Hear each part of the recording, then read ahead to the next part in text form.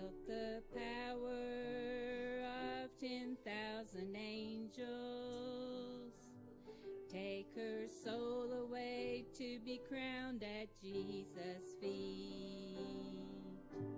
And I believe there's a place called heaven.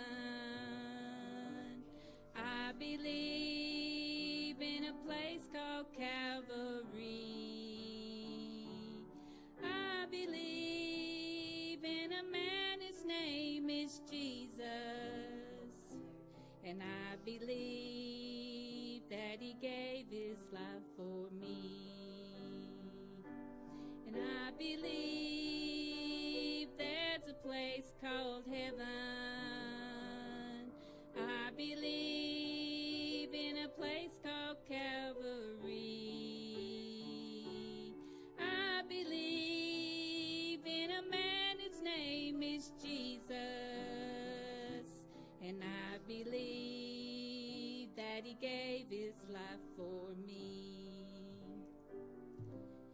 And I believe that he gave his life for me.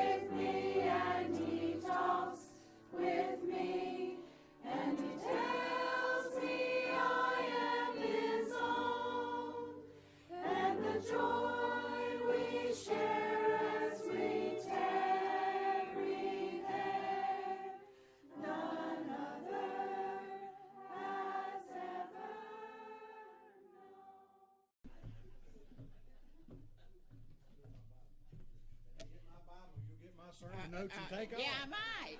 See, I got my notes too. Anyway, back when I was out at Beaver Creek, back when I rode one of them dinosaurs out to Beaver Creek, I was in the debate club, and we always made these little notes Not that I'm going to follow them, but, I got some.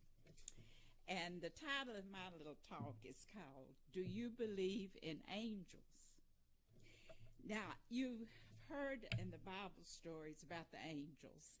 An angel came to Mary and told her that she was going to bear a son and call his name Jesus. Then when he was born, the angels came to the shepherds and told them of the glad tidings that Christ had been born. So they left their fields and they went. And they saw this great wonder. Then, after Jesus was crucified, Mary and the women went on the third day with the spices to anoint the body. But the angel was there, and he said, He is not here. He has risen. So those were the angels in the Bible. And I'm going to tell you about some angels that I know about, if I can. I always get, a little teary-eyed, but if you'll forgive me. One angel that I saw took the form of a human, and I think that some angels do take that form. Not that all of you are angels, I think. But this one was a special angel. This was in about 1990, early 1990s. We were remodeling our house over on Stage Creek. And we had to redo the foundation. And they were, I had a brick mason, that was working on the foundation, and he had a helper. A young man, I have no idea what his name was. That's why I think it was an angel. And at that time, I wore these big Coke bottle glasses because I couldn't see for nothing, And I had these real thick lenses. And he kept asking me about, you can't see, can you? I guess he thought that they were so thick that I couldn't see. So he brought me the Bible that I have today. And it was large print. And it's the New International Version. I guess he thought, number one, I couldn't see, so I'd need large print. And number two, I certainly needed a Bible. And I've never seen that young man again. He worked for us about 3 days. So I think that was the angel that brought my Bible. Okay? Now, later on, June the 6th, 2015. Woo, 1915. No, 2015. I had surgery on my left eye. Well, I had surgery on both eyes. One was in January of 2015, and one was in June of 2015. And it's kind of, you have to be in, it's outpatient surgery, but you had to be there at 7 o'clock in the morning, and they prepped you and started putting drops in your eyes and all this kind of stuff. Put in the IV so that they could, give you the anesthesia. And the little girl that was the anesthesiologist, I believe that's how you say it. She said, I'm going to hold your hand all through this surgery. See, whatever drug they gave me did not put me totally to sleep, because I had to be awake to tell that, they could tell me what to do, put your eye this way, that way, whatever, look here, look there. And so anyway, it took about 30 minutes for the surgery, and then I had 2 hours of, that recovery, and I did sleep. Then, of course, Phil had to drive me home, So on the way home, we were getting close to Greensboro, and on the dash was an angel. And this angel had this beautiful velvet robe, white velvet robe, a gold belt, and wings, but instead of a halo, this angel had those big sunglasses on, just like mine, that I had to wear that day. And you know who this angel was? Somebody that I knew. My 16-year-old cousin died in 1956, and it was her. And I told Phil, and he said, it's just the effect of the drugs, you know. But I don't know if it was or not. Anyway, I believe in that angel. I know she's in heaven. So anyway, that's my angel about that. I got one more thing to tell you. Then I'll go. Let you rest. All the angels on earth are not sweet like this angel that I saw.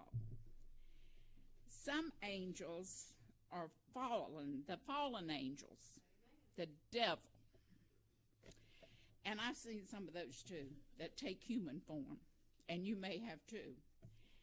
But old Satan and or the devil, or Beelzebub, as Milton called in his Paradise Lost.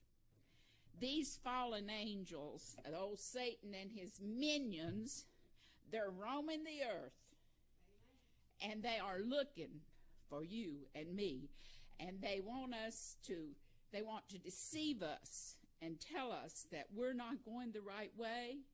You don't need to follow God.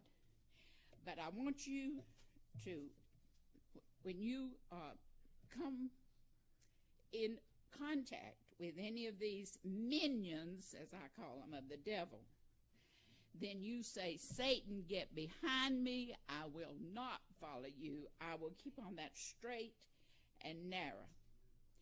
And before I go, I want to thank all of you angels. You have helped me so much since Phil passed away. And every one of you are angels.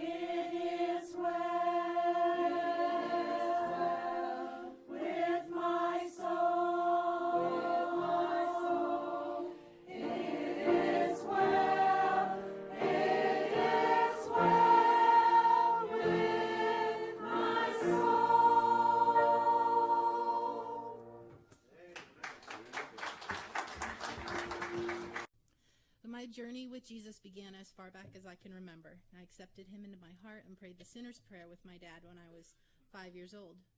4 years later, he became a preacher, and we became the pastor's family. I became very accustomed and comfortable with the Christian life and walk. Before too long, though, I became discouraged by the fact that I didn't have a fantastical salvation story or testimony. I was becoming bitter about the fact that I couldn't feel God or hear him the way I thought that I should be able to, since I had been saved so young and raised in a Christian family and in church. I longed for a greater intimacy with Jesus, and I blamed him that I didn't have it. I blamed him because I was clearly doing my part. My attitude was that of the prodigal son's older brother. And in Luke 15, the older brother says, he became angry and refused to go into his younger brother's party. And so the father went out and pleaded with him. But he answered his father, "Look, all these years I've been slaving for you and never disobeyed your orders. You never even gave me a young goat so I could celebrate with my friends. But when this son of yours, who has squandered your property with prostitutes, comes home, you kill the fattened calf for him." The father's response became what the Lord gave me for my testimony. "My son," the father said, "you are always with me, and everything I have is yours." It's hard to describe how meaningful those words became to me when I accepted them for myself. I clung to that promise for many years, and I still do, but I had so much more to learn about being the father's oldest son, so to speak. I had somehow developed this idea that there were two different kinds of Christians. Both types of Christians accepted and received God's grace and forgiveness equally at the point of salvation. But there were those who were strong and committed in their faith and didn't exactly have the same kind of access to that forgiveness on a daily basis as those who were less strong or less committed. Essentially, they wouldn't need it. If they did fall or fail, they were no longer worthy of that grace. They should have known better, and I should have known better. Through a somewhat bizarre series of events, the Lord saw fit to show me that his grace and forgiveness had absolutely nothing to do with me whatsoever. Fast forward through high school, a religion degree at a Christian college, and a year as a missionary in Honduras. And I came home and I figured I was well on my way to just what I thought my life would always be. After I arrived home, a shift began to occur. I still attended church and prayed, but started making choices outside of the Lord's perfect will for me that resulted in at least a 6-month period of living a double life filled with disobedience, hypocrisy, and deception. I became a torn woman and angry at myself for being so weak, at others in my life for supporting my sin and poor choices, and especially at God for not rescuing me out of what I saw as an impossible situation and lifestyle. After all, I was the father's oldest son, brother to the prodigal child. I had waited patiently for my inheritance, and I deserved better from him. Eventually, I turned my life back in the right direction, but stayed riddled with guilt and confusion. These questions haunted me. Had my faith ever really been real? Can I be sure I won't fall again? How can God forgive me for my hypocrisy? I operated every day, completing tasks, trying to do good, and begging for forgiveness, yet still harboring guilt and anger towards myself and God and others. I still remember like yesterday the day, almost 10 years ago now, the day the Lord stepped in, and I experienced and understood God's forgiveness for the first time. I woke up on a Sunday morning, aware for the first time in 2 years of the sunshine coming through my window.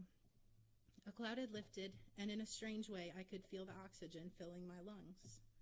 I knew somehow, for some reason, that today would be different. We went to church as usual, and the preacher read from Judges 6. I have no idea what the actual sermon was about. Sorry, sometimes God does this.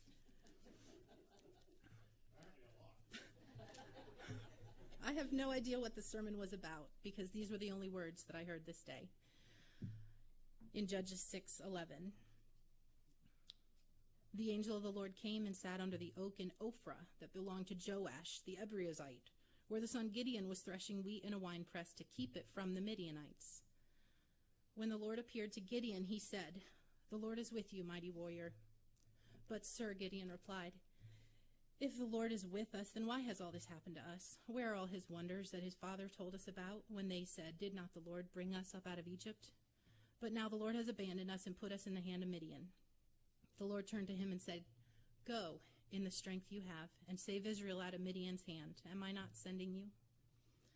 "But Lord," Gideon asked, "how can I save Israel? My clan is the weakest in Manasseh, and I am the least in my family."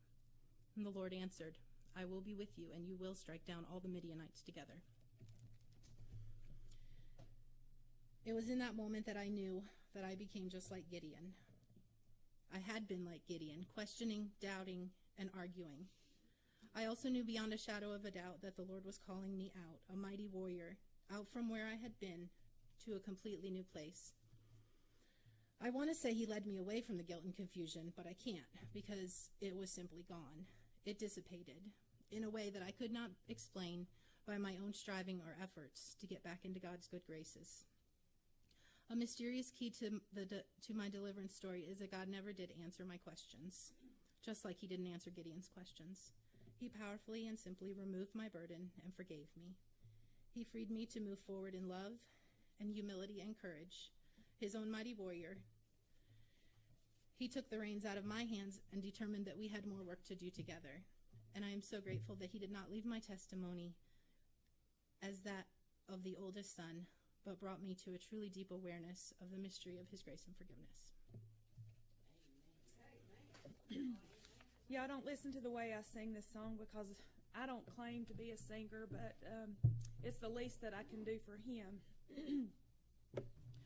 When he moves among us and all that he does, all of his mercy and all of his love, and the pen of a writer could write every day, even this world could never contain how I have been blessed.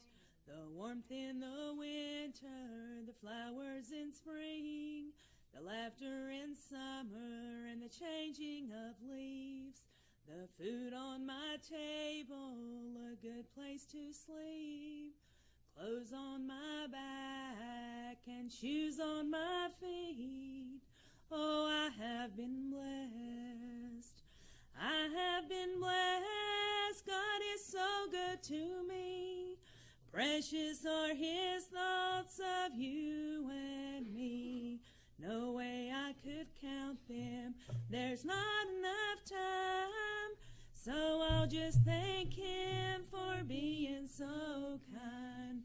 God has been good, so good.